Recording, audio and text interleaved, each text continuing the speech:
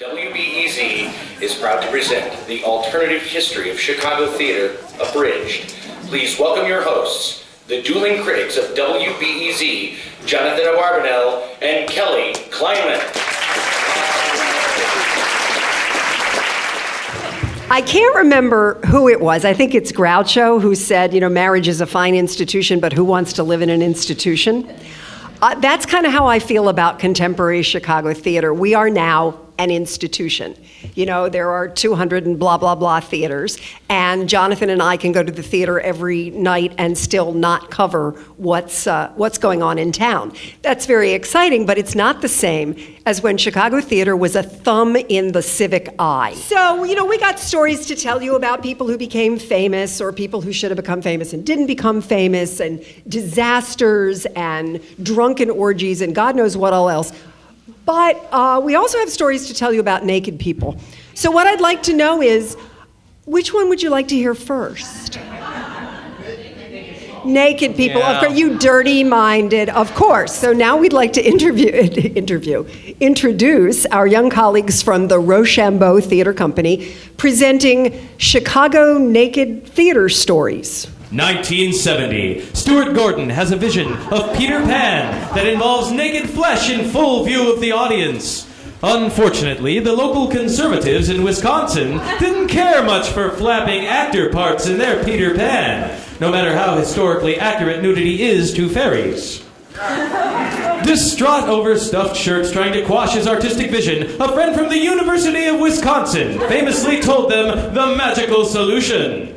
Go to Chicago. They'll leave you alone there.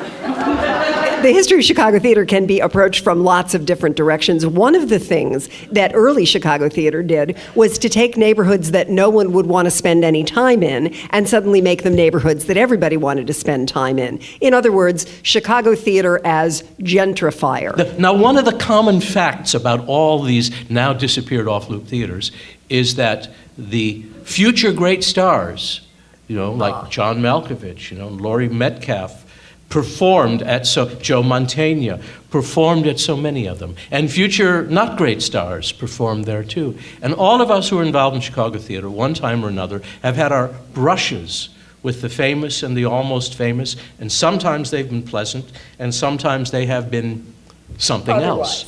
And that is what our next theater group is going to riff upon.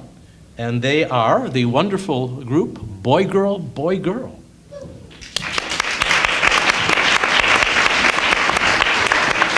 Kings and killers, vice lords and varsity men, William Peterson, William Peterson, William Peterson, William Peterson. All across Chicago, struggling actors scrutinized themselves in their mirrors and asked, what has William Peterson got that I haven't got? What elusive quality does he possess that I do not generate?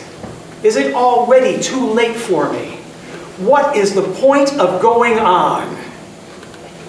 Which makes you wonder what William Peterson thought when he looked in his mirror. Possibly, what does John Malkovich have that I don't?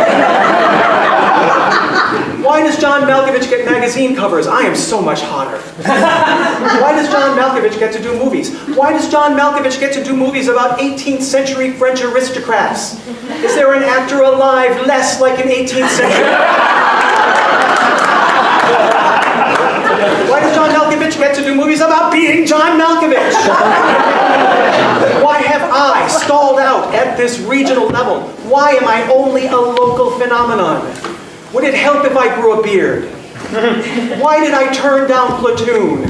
Is it already too late for me? What is the point of going on?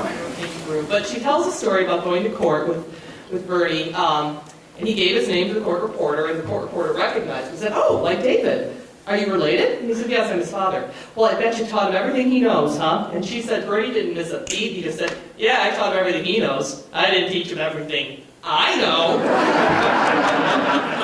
So when people talk about David Mamet as being egotistical, or that healthy ego is genetic, yes. Hey, Ryan, honestly. Yes. Years ago, we were doing a production of The Colored Museum, and an actress who shall remain nameless, had recently become engaged, and she was getting phone calls from her fiancé about modesty. And so we were called in about a slit in her skirt.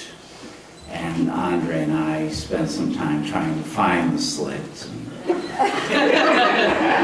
When we found it, we eventually adjusted it so that the actor was feeling much better about her attire.